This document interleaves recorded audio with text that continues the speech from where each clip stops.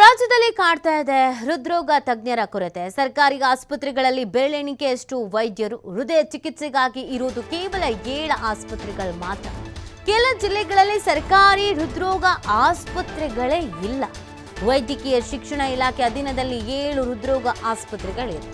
ನೋಡಿ, ನಮ್ಮ ರಾಜ್ಯದಲ್ಲಿ ಹೃದಯಕ್ಕೆ ಸಂಬಂಧಪಟ್ಟಂತೆಯೇ ಯಾವುದಾದ್ರೂ ಕಾಯಿಲೆಗಳು ಬಂತು ಅಂತ ಅಂದರೆ ಅದನ್ನು ಟ್ರೀಟ್ಮೆಂಟ್ ತೆಗೆದುಕೊಳ್ಳೋದಕ್ಕೆ ಎಷ್ಟು ಹಾಸ್ಪಿಟಲ್ಗಳಿದೆ, ಎಷ್ಟು ವೈದ್ಯರಿದ್ದಾರೆ, ಈ ಪ್ರಶ್ನೆ ಬೇಕು ಅಲ್ಲ.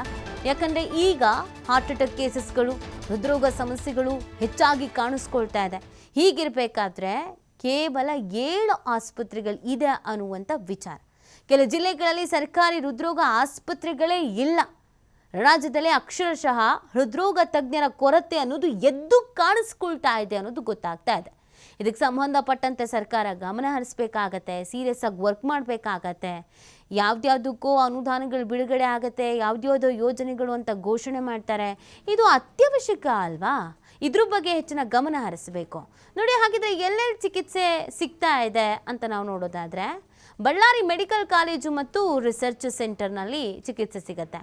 ಬೆಂಗಳೂರು ಮೆಡಿಕಲ್ ಕಾಲೇಜು ಮತ್ತು ರಿಸರ್ಚ್ ಸೆಂಟರು, ಬೆಂಗಳೂರು ಜಯದೇವ ಹೃದ್ರೋಗ ಆಸ್ಪತ್ರೆ ಮತ್ತು research centre Bengaluru, Karnataka medical college ಮತ್ತು research centre Hubballi, Hassan institute of medical science Hassan, Rajiv Gandhi super speciality ಆಸ್ಪತ್ರೆ Raichur, Shivamogga institute of medical science Shivamogga. ಇಷ್ಟು ಕಡೆ ಮಾತ್ರ ನಮಗೆ ಸದ್ಯಕ್ಕೆ ಟ್ರೀಟ್ಮೆಂಟ್ ಅನ್ನೋದು ಸಿಗ್ತಾ ಇರೋದು.